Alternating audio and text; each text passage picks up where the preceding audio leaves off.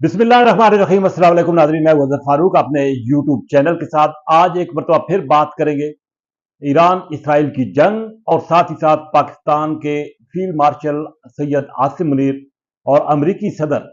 Donald Trump के दरमियान मुलाकात। इस मुलाकात के खित्ते की सियासत पर असरात, सियासत के हवाले से खित्ते की सूरत हाल पर असरात और पाकिस्तान की सियासत पर मुस्तकबिल के असरात, वो भी इस मुलाकात के साथ जुड़े हुए हैं। इंतहाई अहम तरीन मुलाकात होती है पाकिस्तान की 75-76 साल तारीख में पहली मरतबा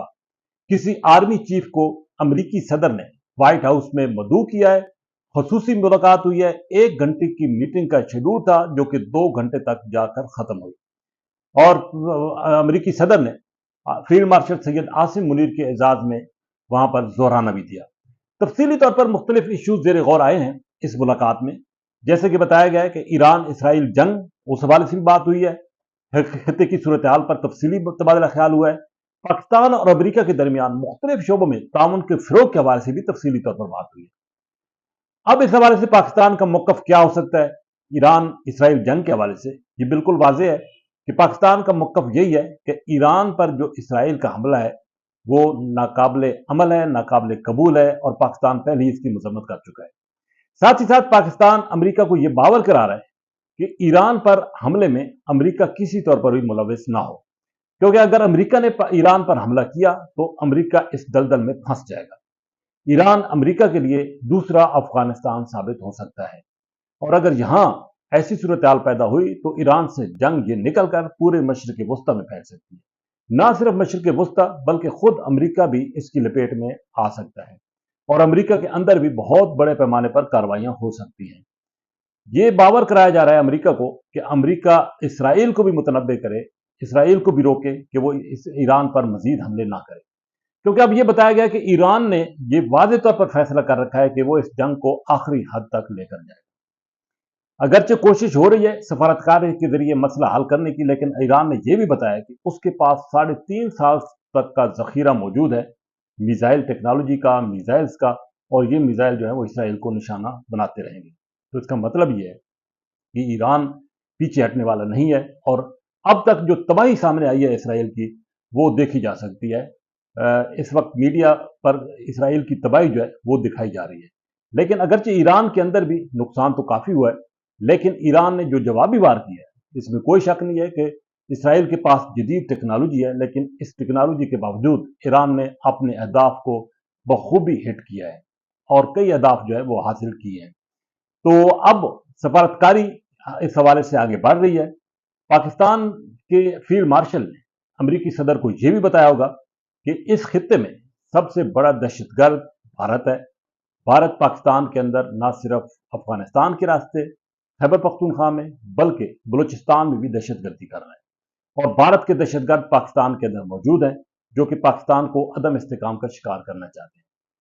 फील्ड मार्शल ने यह भी यकीनी तौर पर बताया होगा कि जब तक मसला कश्मीर हल नहीं होता उस वक्त तक मामला आगे नहीं बढ़ सकते और इस खित्ते में अमन कायम नहीं हो सकता, और अमरीकी सदर को यकीनी तौर पर सालिस बनाने की भी पेशकश हुई होगी।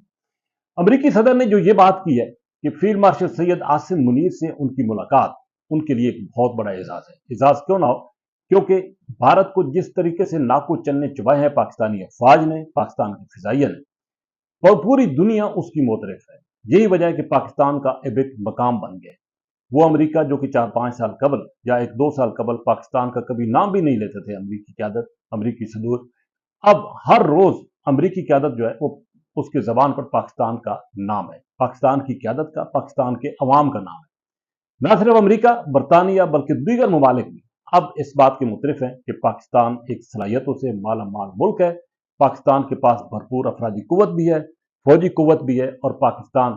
किसी भी वक्त कोई भी हरारकोर कारकर्दगी जो है जंगी महाज में वो पेश कर सकता है, दिखा सकता है। तो यही वजह है कि ये मुलाकात इंतहाई अहमियत की हामिल थी और इसमें भी कोई शक नहीं है कि फील्ड मार्शल सैयद आसिम मुनीर ने पाकिस्तान का मुकदमा दबंग अंदाज से ट्रंप के सामने रखा होगा।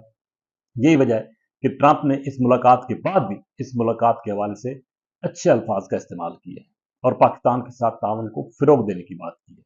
बहरहाल इस मुलाकात के इंतहाई अहम असरात मुरतब होंगे और जैसे कि मैंने बताया है कि ईरान के हवाले से फील्ड मार्शल ने सैयद आसिम मुनीर ने जो तजावीज़ दी होंगी वो इंतहाई पायदार, मुस्बत اور مستقبل کے حوالے سے اس خطے کے امن کو تباہ کرنے سے بچانے کے لیے انتہائی اہم ہو سکتی ہیں، اور جس پر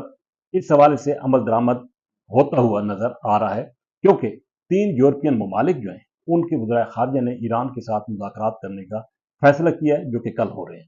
تو یہ توقع کی جانی چاہیے کہ اس خطے میں امن کے لیے یہ ملاقات انتہائی اہم ہو سکتی ہے، اور پاکستان کا اس خطے میں ایک بڑا کلیدی کردار ہے، کیونکہ ٹرمپ نے یہ بھی کہا ہے کہ سید عاصم منیر سے بہتر ایران کو کوئی نہیں جان سکتا۔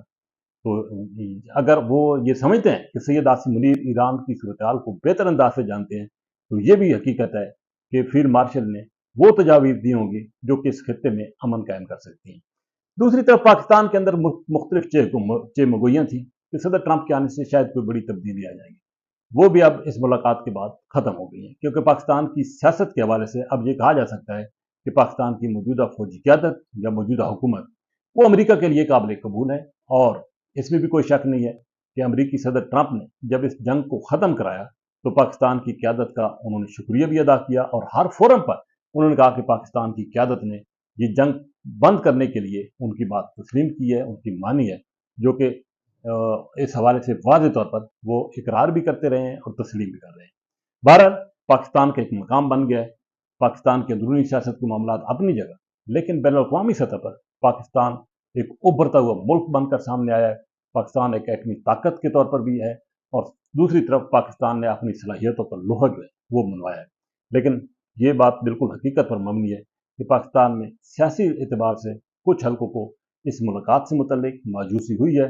کچھ بھارت کے اندر پریشانیاں ہیں، مایوسیاں ہیں، پروپیگنڈا بھارت کے اندر بھی شروع ہو چکا ہے، لیکن وہ ایک بے بنیاد پروپیگنڈا ہے جس کا حقائق سے کوئی تعلق نہیں ہے۔ یہ حقیقت ماننی پڑے گی کہ پاکستان کی ایک جو حقیقت تھی اس کو تسلیم کیا گیا امریکہ کی طرف سے، عالمی دنیا کی طرف سے، اور یہ پاکستانی قوم کے لیے ایک فخر کی بات ہے۔ اسی کے ساتھ اجازت، اللہ حافظ۔